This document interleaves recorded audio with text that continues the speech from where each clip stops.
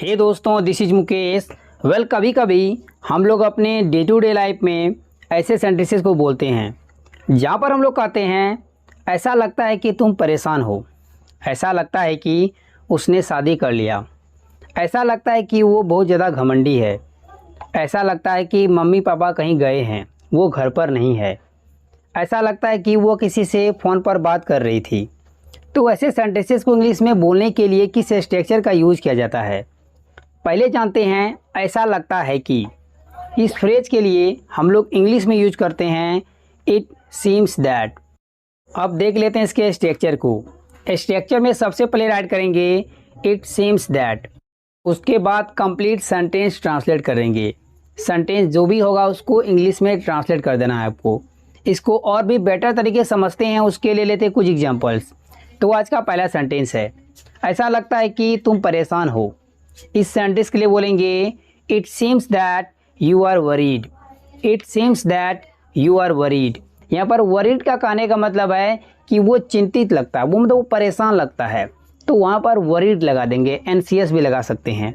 Next sentence, ऐसा लगता है कि उसने शादी कर लिया और हमें बुलाया ही नहीं। तो इस सेंटेंस के लिए बोलेंगे it seems that he got married and we were not invited. It seems that he got married and we were not invited. Next sentence, ऐसा लगता है कि वह बहुत घमंडी है। इस सेंटेंस के लिए बोलेंगे it seems that he is very arrogant. It seems that he is very arrogant. लड़की रहेगी तो सी लगा देंगे, सी इज़ वेरी एरोगेंट। केवल लड़की नहीं, लड़के भी कुछ कुछ घमंडी होते हैं, इसीलिए हमारे मैंने ही लगाया। जो भी आप जिसको बोल रहे हैं उसको बोलिए ही या सी। नेक्स्ट सेंटेंस, ऐसा लगता है कि मम्मी पापा कहीं गए हैं। इस सेंटेंस के लिए बोलेंगे it seems that mom and dad have gone somewhere. It seems that mom and dad have gone somewhere. अब यहाँ पर मॉम एंड डैड की जगह पेरेंट्स लगा सकते हैं, पेरेंट्स हैव गॉन समवेयर।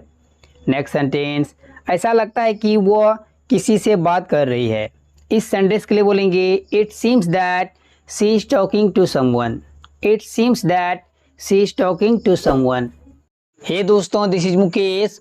कभी कभी हम लोग अपने डे टू डे लाइफ में ऐसे सेंटेंसेस को बोलते हैं जहाँ पर हम लोग कहते हैं मुझे स्कूल का फ़ी देना याद है, मुझे बिजली बिल भरना याद है, मुझे मीटिंग अटेंड करना याद है। तो कोई काम करना याद है, वो काम अभी हुआ नहीं है, फ्यूचर में वो होगा, वो करने वाला होगा। जो भी सब्जेक्ट रहेगा उस काम को करेगा, फ्यूचर में वो काम उसको करना याद है। तो इस कंडीशन में अगर कोई काम हो गया, जैसे कि मुझे एक्सीडेंट होना याद है, मतलब जो मैं बस से गिरा था वो मुझे याद है, वो वाला स्ट्रक्चर दूसरा होगा। हम लोग यहाँ पर देख रहे हैं जो काम अभी हुआ नहीं है, फ्यूचर में होगा, उसके लिए हम लोग स्ट्रक्चर देखते हैं। सबसे पहले राइट करेंगे सब्जेक्ट, और सब्जेक्ट को लिखने के बाद हम लोग लाएंगे रिमेंबर या रिमेंबर्स। यदि subject he she it singular noun है तो रिमेंबर्स राइट करना एस वाला। यदि subject I we you they plural हो तो रिमेंबर राइट करेंगे। उसके बाद लगाना पड़ेगा टू प्लस वर्ब का first form, I mean that infinitive form of the verb, और लास्ट में अदर वर्ड्स को राइट कर देंगे। इसको और भी बेटर तरीके से समझते हैं, उसके लिए लेते हैं कुछ एग्जांपल्स।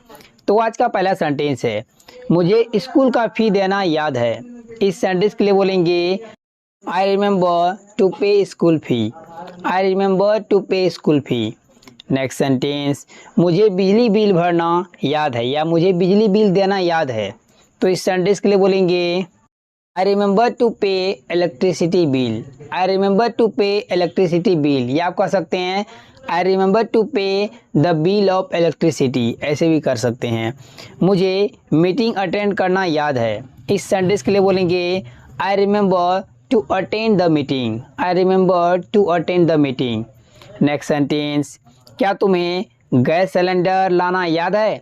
इस सेंटेंस के लिए बोलेंगे do you remember to take gas cylinder. Do you remember to take gas cylinder. Take की जगह गेट भी लगा सकते हैं और ब्रिंग भी लगा सकते हैं। नेक्स्ट सेंटेंस, हाँ मुझे गैस सिलेंडर लाना याद है। Yes I remember to take the gas cylinder. Yes I remember to take gas cylinder.